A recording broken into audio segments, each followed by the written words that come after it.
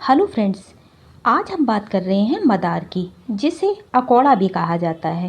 ये ईजिली आपको अपने घर के आसपास कहीं भी देखने के लिए मिल जाएगा।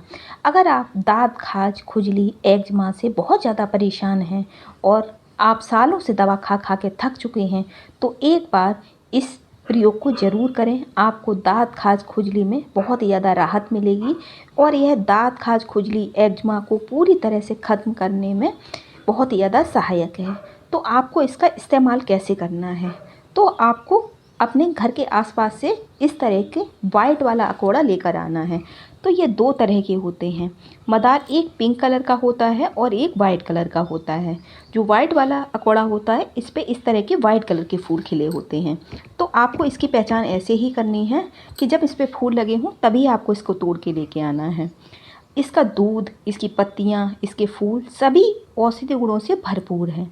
तो अगर आपको कहीं पे भी एलर्जी है, दाँत खाज, खुजली है या एक्जिमा की शिकायत है, तो आपको इसकी पत्तियों को इस तरह से तोड़ लेना है। आप इसको जहाँ से भी तोड़ेंगे ना, इसमें से इस तरह का दूध निकलेगा और इसका दूध बहुत ही ज़्यादा फ़ायदेमंद है।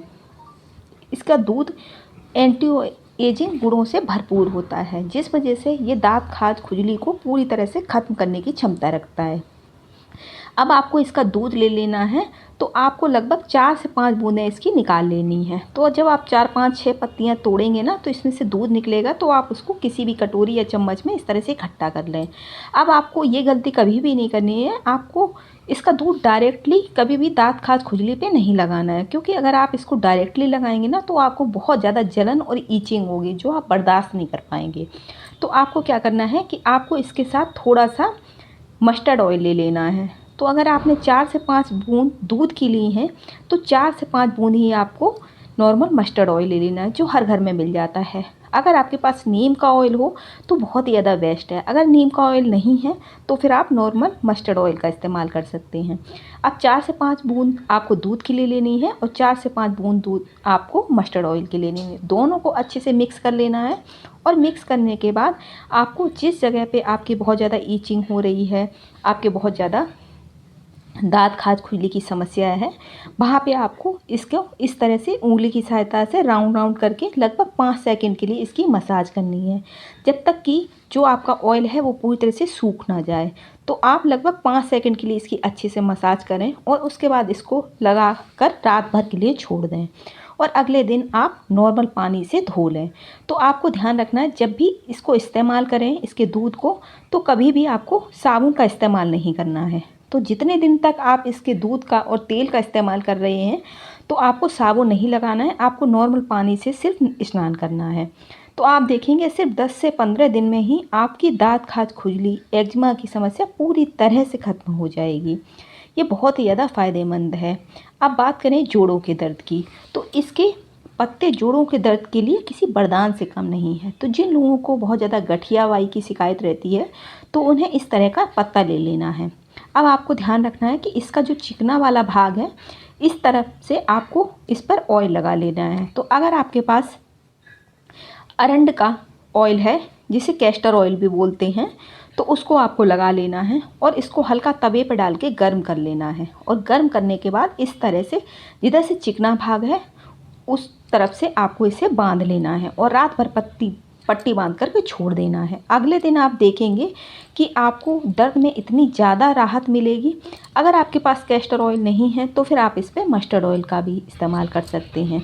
तो आपको इस पत्ते पे हल्का सा मस्टर्ड ऑयल लगा लेना है और इसको हल्का सा गर्म कर लेना है और हल्का सा गर्म करने के बाद आपको जिस जगह पे दर्द हो रहा है उस जगह पे आपको इसको बांध लेना है।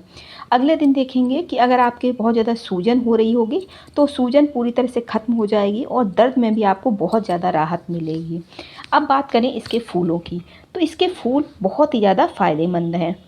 अगर किसी को पेट में कीड़े वगैरह की समस्या है, तो आपको इसके फूलों को सुखा लेना है और सुखाने के बाद आपको रात में खाना खाने के बाद नॉर्मल पानी से इसके फूलों के पाउडर को आधी चम्मच इस व्यक्ति को दे देनी है जिसके पेट में कीड़े हैं।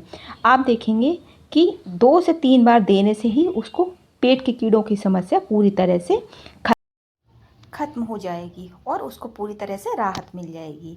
अगर किसी को बवासीर की समस्या है, तो आपको इसके पत्तों को छाया में सुखा लेना है। अब इसका चूड़ बना लेना है। अब इस चूड़ को आपको सुबह शाम हल्के गुनगुने पानी से ले लेना है। आप देखें कुछ ही दिनों में आपको बवासीर की समस्या से राहत मिल जाएगी।